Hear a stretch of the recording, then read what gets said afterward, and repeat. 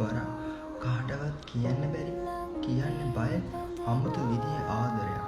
ඉස්කෝලේ යාළුවෝ හයියෙන් hina වෙලා කෙල්ලගෙන ආදරය ගැන කියවද්දි මම විතරක් අහක බලාගන්නවා.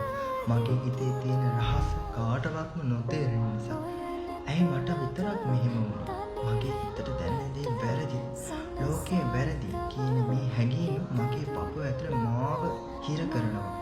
අම්මයි තාත්තයි හීන දකිනා මම කවදා හරි ලස්සන මනමාලියේ ගේ කියලා. ඒත් මගේ හිතේ ඉන්නේ වෙනම ලෝකයක්. කවදාවත් මට හිමි වෙන්නේ නැති, අයිතිය නැති ලෝකයක්. කවුරුත් නැති වෙලාවට කොට්ටේ මුල්ලක මුණ ඔබාගෙන මම ආඬනවා. ඇයිට මම විහිළුවක් වෙයි කියලා. ගෙදරින් මාව පන්නයි කියලා. දැනෙන මේ බය හරිම තිත්තයි. මටත් ඕනේ නිදහසේ ආදරය කරන්න. මගේ විදිහට, මගේ අනන්‍යතාවය. ඒත් මේ තනිකම දැන් මගේ හොඳම යාළුවා. මාව තේරුම් ගන්න එකම එක හිතක් මේ ලෝකේ මේ මුළු ලෝකෙම නැද්ද? මේක මේ පොඩි පේජ් එකක් ළමයි තිබ්බේ.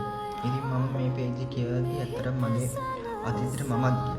ඉතින් මම ගේ කෙනෙක් හැටියට ජීවත් වෙනවා. කියන්නේ මම ගේ කෙනෙක් හැටියට මටත් ඇත්තටම මේක දැනලා තියෙනවා. සමහරක් වෙලාවට මට කියන්න තියෙන්නේ තමන් ගේ නම් අනිත් අය ගැන බොරුවට හිතන්න යන්න එපා.